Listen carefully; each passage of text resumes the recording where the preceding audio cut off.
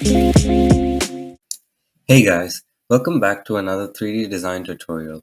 In today's video, we're going to be making a party monkey scene by using colors and lighting, and then we're going to render the scene to produce a final image as an output. As you can see, these are the steps we're going to be following to make the party monkey scene, and you can try to follow these steps by yourself before following along with the video. Okay, so we can start off by creating a new file. And then we can delete everything that comes by default. So the cube, the light, and the camera. And now for the backdrop, I'm gonna Shift A and add a plane. And let's scale this up to make the ground. And now I'll just duplicate it and then rotate it 90 degrees on the y-axis. And then I'll push it back like this and also move it up to make the wall here. And to make another wall on this side, we can just duplicate this one and rotate it on the z-axis. And I'll push it back like this. So now that we're done with the backdrop, we can add the main elements of our scene. So the first step is to add a monkey under mesh. And here you'll see a monkey here. We can just add this and rotate it by 90 degrees. And we can add a cone under mesh to make the hat for this monkey. And we can scale this up just a little bit. And to make the lining for the hat, I'm just going to add a torus, which is basically a donut shape, as you can see here. And I'll scale this down as well. So now it looks something like a party hat worn by a monkey. And for the disco ball, I can just Shift A, and under mesh, I can add a UV sphere. And I'll just move this up like this. And I want to move the monkey and the hat a bit downward here. So to select all of them at once, you can hold Shift and then you can left click each of them to select all of them at once. And I don't want this.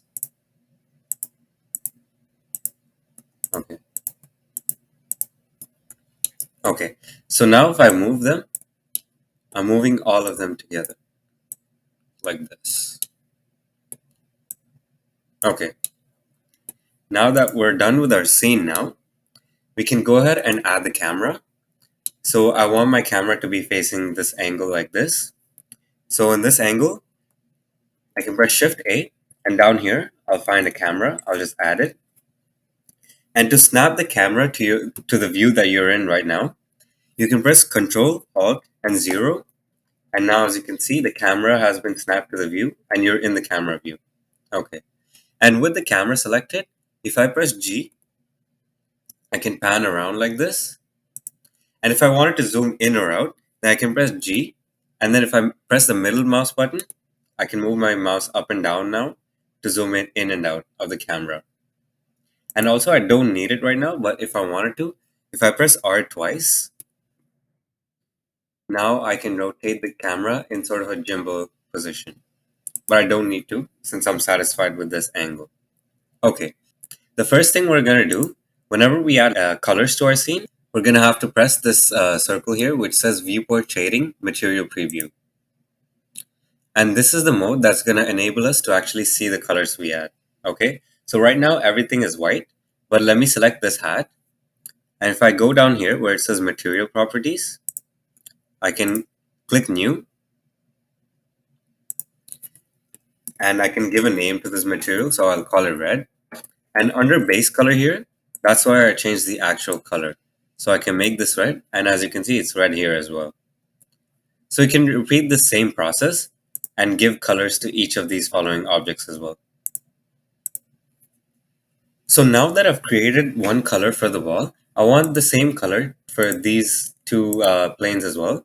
So instead of creating a new material, I can just go down on this drop-down menu and I can select pre-created material. So I can select wall here. And as you can see, I've applied the same material to both these objects. And I'll do the same thing for this one as well. And for the disco ball, as you can see, it's not really shiny, so we can't tell that it's a disco ball. So to do that, we're going to change another setting here called the metallic. So right now it's at 0, but if we make it all the way 1, which is the max level, as you can see now it's much more shinier and looks metallic, and that way we can tell it's a disco ball. Right, so we're done with the coloring part of the scene now. Now let's go and add the lighting. So if we go to the other circle here, viewport shading rendered view, right now everything should be black because we have no lights. So the first thing you can go ahead and do is go here, world properties, and if you increase the brightness of the world, then you'll see your objects in the scene. But we don't want that. We only want our own custom lighting. So let's make this black for now. And now we can add a light. So Shift A, and under light, go to point light. Now you'll see that a light has been formed here.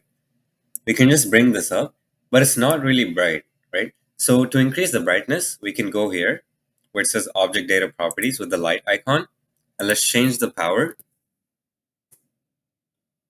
And now we'll see that the light has really great effect. And you can just go ahead and duplicate this a bunch of times around the scene. 3 or 4 should be enough. And we can just move them around to decrease the shadows.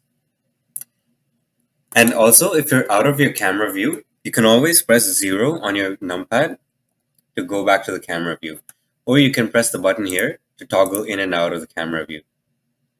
So now I'm somewhat satisfied with my scene. So you can go ahead and save your file first.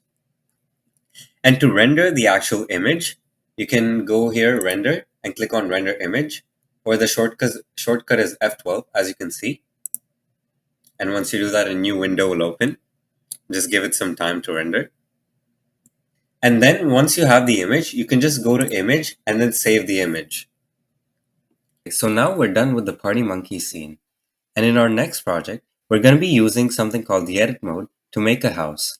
And after that, we're going to be making a snowman, and we're going to be combining everything we learned and done so far and making one final mega scene. Thanks for watching, guys. See you next time.